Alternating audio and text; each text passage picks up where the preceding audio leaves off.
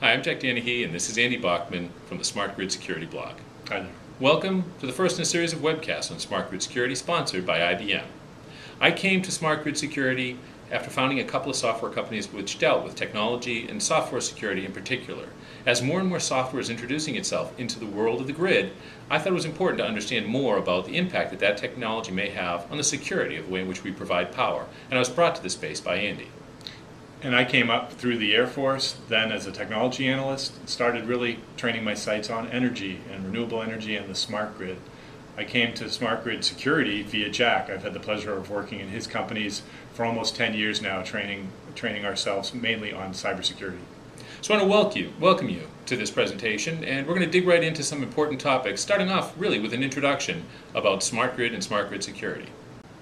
When speaking about the smart grid, and smart grid security in particular, you never really know who exactly is on the other end of the conversation. For that purpose, we're going to spend some time here doing Smart Grid 101. What is the smart grid? What's it made out of? What's it for? Once we've established that, then we're going to start drilling down, not too deep, because this is only the first introductory session, but we'll start to cover some of the basics of smart grid security and where the webcast series will be heading after that.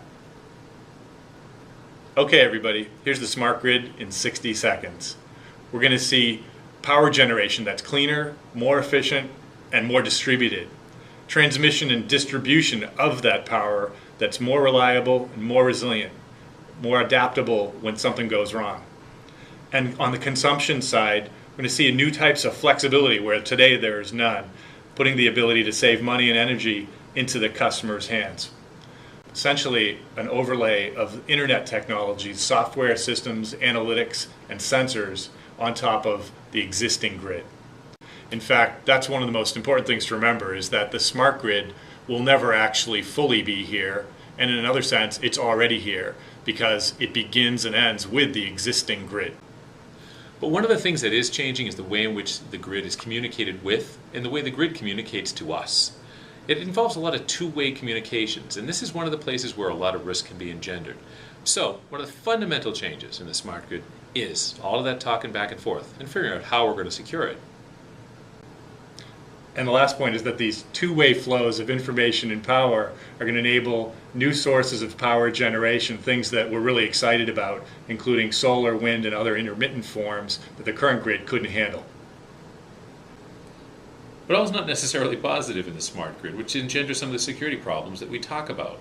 The aging workforce and the aging equipment can sometimes be put under an enormous amount of strain, with the burden of new technologies and new equipment landing on them all the time. And this presents a real challenge to enable those organizations to manifest secure behaviors in the presence of all this new risk. Yeah, sure. This is uncharted territory for everybody involved. New business models, new technologies, new policies.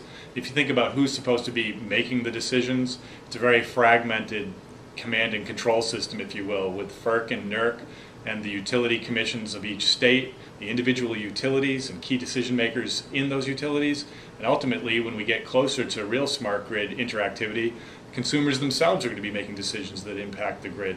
So this is a whole new world for folks, and when you're in a place that you've never been before and you don't know where you're going, that creates a lot of risk. Especially when you're going in it at breakneck speed.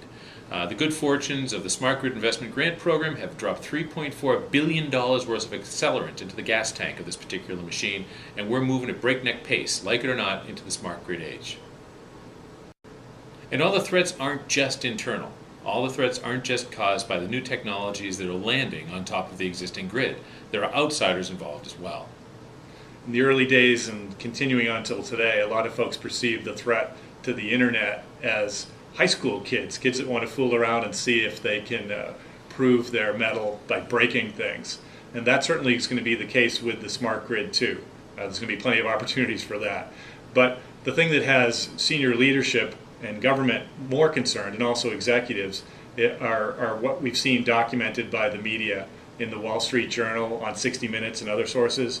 The fact is that these systems, the electrical grid, the current grid, is already being probed by nation states and other types of adversaries who have a heck of a lot more resources to bring to bear than those kids we just mentioned. Some of this really is a shock to folks. There's a lot of people who say, we're making it smart. Doesn't that mean that it's going to be secure? And unfortunately, it doesn't. It just means that it's going to have more information and it's going to operate a little bit differently. It's going to communicate with us some more. Some of the problems that we're going to see are that as we make it smarter, we're actually potentially going to make it less secure. We're going to create new avenues, new opportunities for people to get a look inside a system, really an enormous machine that they've never had an opportunity to look inside before. So smart doesn't necessarily equal secure unless we make sure that smart equals secure.